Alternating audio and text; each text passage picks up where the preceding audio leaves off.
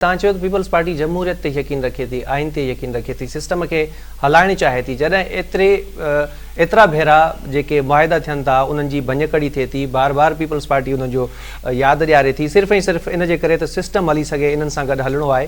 ॿी सूरत में त नून लीग ऐं पीपल्स पार्टी तव्हांखे ख़बर आहे केतिरी उन्हनि जी सियासी मुखालफ़त रही आहे पाण में।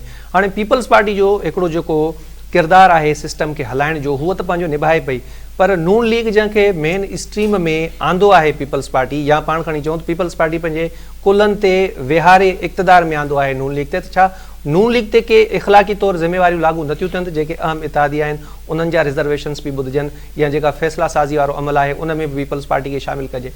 सो न सिर्फ़ु इख़लाक़ी तौर ते बल्कि सियासी तौर ते उन जूं जेके आहिनि उन ते ज़िम्मेवारी थिए थी मुस्लिम लीग नून ते।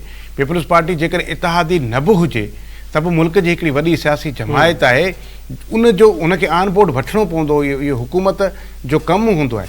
पर छाकाणि त इहा नून लीग जी रिवायत आहे, जॾहिं बि हुननि खे इक़्तिदार मिलियो आहे हुननि जी ॻिची में सरियो अची वेंदो आहे।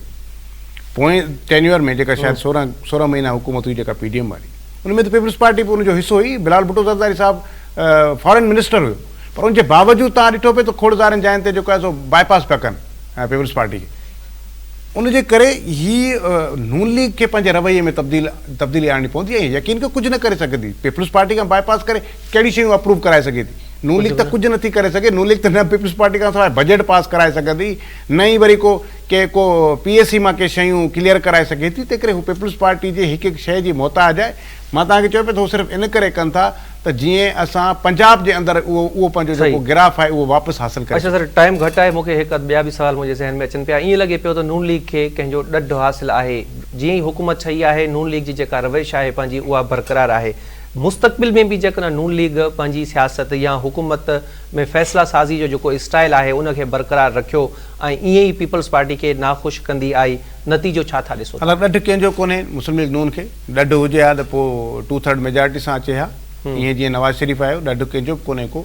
ऐं मामला जीअं मूं चयो पियो त इहा नून लीग जी रिवायत आहे। ईअं कोन्हे त जेके बि हुनजी हुकूमतूं आयूं आहिनि त हू ख़ुदि मियां साहिबु जॾहिं हुयो त असेंबली में ई कोन ईंदो हुयो। त ॻाल्हि इहा आहे त ही अंदरि में अञा बि नॉन डेमोक्रेटिक आहिनि। हू अञा ताईं हू बादशाह हाणे अंदाज़ में हू जंहिं शहर में रहनि था उहो शहर तव्हांखे ख़बर आहे न हिकिड़ी सल्तनत जो हिकिड़ो अहम हिकिड़ो इलाइक़ो रहियो आहे। उतां त बादशाहतूं थींदियूं रहियूं आहिनि। तंहिंजे करे हू उन ज़हन में अॼु बि ईअं रहनि था त बाबा असां जेको आहे सो बसि सल्तनत आहे असांजी, असीं बादशाह आहियूं। तंहिंजे करे हू अहिड़े नमूने सां शयूं हलनि। पर ईअं प्रैक्टिकली ईअं कोन्हे। मां तव्हांखे चयो त हीअ हमेशह ईअं कंदा आहिनि। तव्हांखे ख़बर आहे त कालाबाग डैम जे लाइ एॾी मुहिम हलाई सिर्फ़ु इन जे करे त जीअं नून लीग खे पंजाब जे अंदरि सपोर्ट मिले।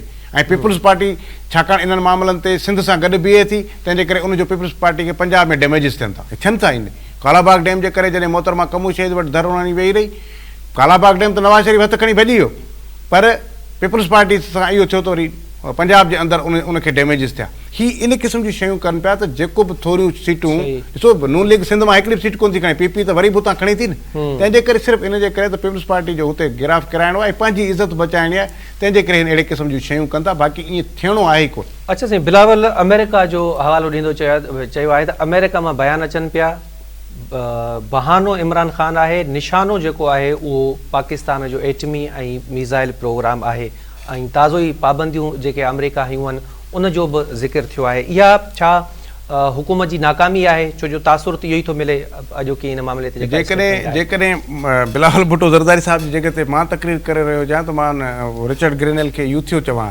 त जहिड़े नमूने जा हुनजा ट्वीट्स ऐं इंटरव्यू अची रहिया आहिनि, लॻे ईअं ई थो त को PTI जेको माण्हू आहे अमरा आहे जेको वेठो ॻाल्हाए।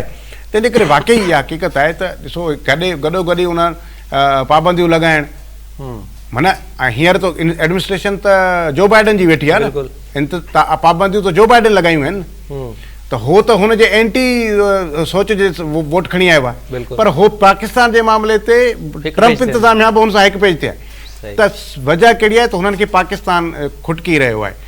को हुनखे दिलचस्पी कंहिंसां बि कोन्हे। PTI चेयरमैन जेकॾहिं सम्झे थो त हुनजे लाइ उहो एॾा उतावला आहिनि त ईअं कोन्हे। अञा त फ़िलहालु ॿाहिरि वेठा आहिनि, हुकूमत संभालण खां पोइ ख़बर पवंदी।